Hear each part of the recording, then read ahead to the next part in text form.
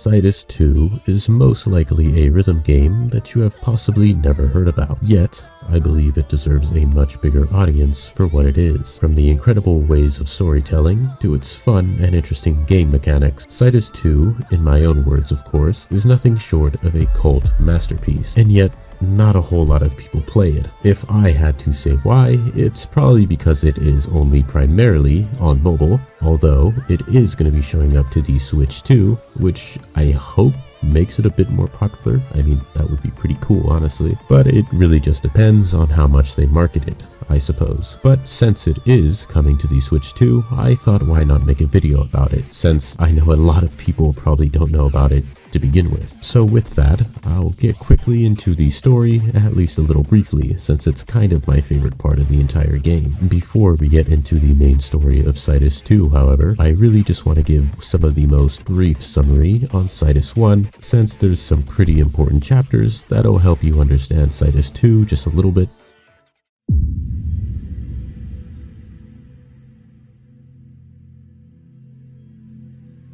In Chapter 1 of Cytus 1, a company called Extend Life creates a service that can upload your mind into a machine termed Operator, and this allows you to pretty much become immortal. However, in the attempt to develop nanocells for the virtual internet network, Extend Life accidentally created a mutated, highly contagious Ender virus, which then wiped out the vast majority of human civilization. In Chapter 2, most of humanity is wiped out, and in Chapter 3, OPCI_2501_V, or Vanessa, wakes up to a world with mankind being completely gone. And with no emotions programmed into her AI, Vanessa has set out to find Cytus, where human emotions have been encoded into music, because in the Cytus verse, music equals emotion.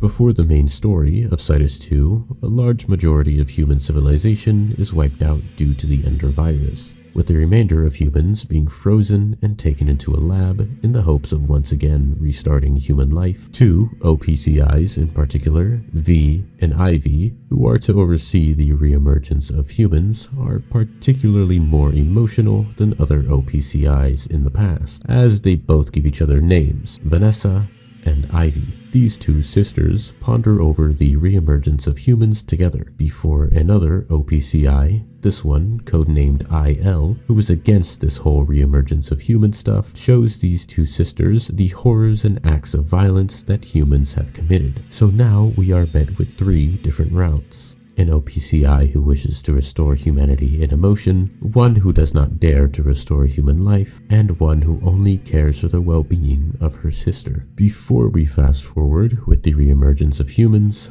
and the new birth of Cytus, Cytus 2, now starting roughly 700 years later, with OPCI_2501_IV waking up 200 years prior. You start off in Cytus 2 with the introduction of Aesir Fest. At least I'm pretty sure that's how you pronounce it, I think.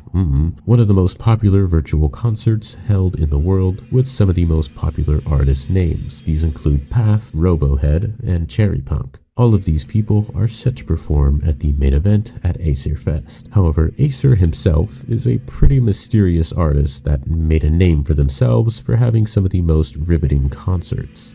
Now remember that emotion in Cytus 2 equates to music, so the feelings are converted into data for these songs. The more emotional the artist is, the more this can influence the listener to physically feel those emotions in-game. The mysterious Aesir figure creates music packed with such a real and intense emotion that causes people to experience these intense reactions when going to an Aesir concert. Going through Cytus 2's story is like you are the internet, or at least an overseer of sorts, with new IM post from the cast of Cytus. Progressing with a character pushes their story arc forward, where you have to level up multiple characters for a certain story arc to take place. As far as I know, this kind of drives some people away from the game, but I think it's a nice way to do it. Even having a secret logs in an OS system, as if these characters are being watched from an unknown entity. Finding more about the character you are progressing with through the internet like this is so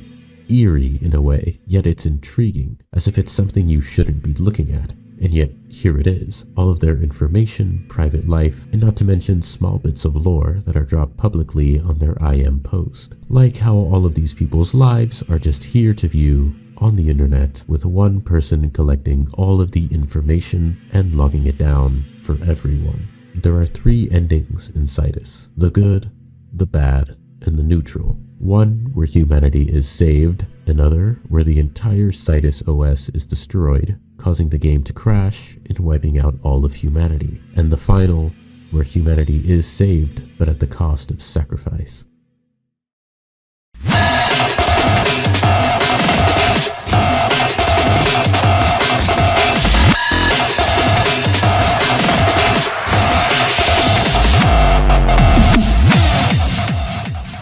Cytus is often incredibly recognizable due to that little dynamic scan line that wipes across your screen as you play. I mean, look at him. He's kinda cute. With, of course, different note types, like tapping, dragging, holding, flicking, and all that fun stuff. With possibly some of the most diverse difficulty modes for a rhythm game, that including easy, hard, chaos, glitch, dream, and drop. As you progress through the story and level up certain characters, you unlock a new dialogue from their post on the IM system, which in turn also unlocks new maps to play and higher level difficulties. By the way, and just because I thought this was cool, a fan of Cytus 2 actually made a real IM system online where you can actually post as if you were a user from the Cytus verse, which I think is pretty dang cool. Welcome to the average rhythm game community filled with diehard fans, I guess, but it's pretty awesome. Sure, Cytus 2 is in fact a paid game for a whopping 2 whole bones, and that's not even including the DLC packs you can get,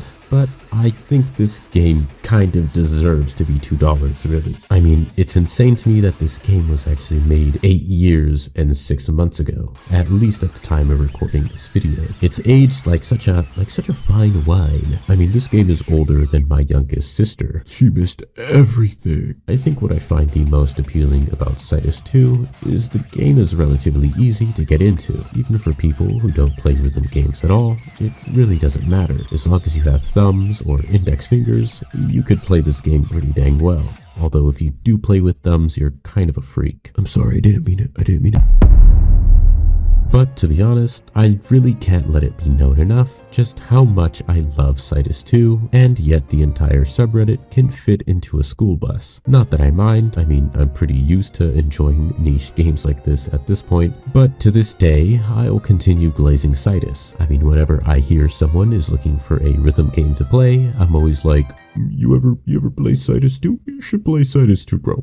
It's kind of big, I'm not gonna lie. But other than the gameplay and the story, I guess I really just like the aesthetic of the game. I mean, it's kind of cyberpunk-ish in a way, but I would recommend this game to anyone. I mean, anyone who can appreciate a good rhythm game, of course, or someone who just wants to get into rhythm games for fun, since it's a pretty good mix of interesting story, yet equally as enjoyable gameplay, for anyone of any skill level, of course. So I just want to say thank you to Rayark for making such an awesome game. I just wanted to make a quick video on a rhythm game that I really enjoy playing before I get to making more gacha content. Other than that, I hope you guys have a great rest of your day, night, or whatever.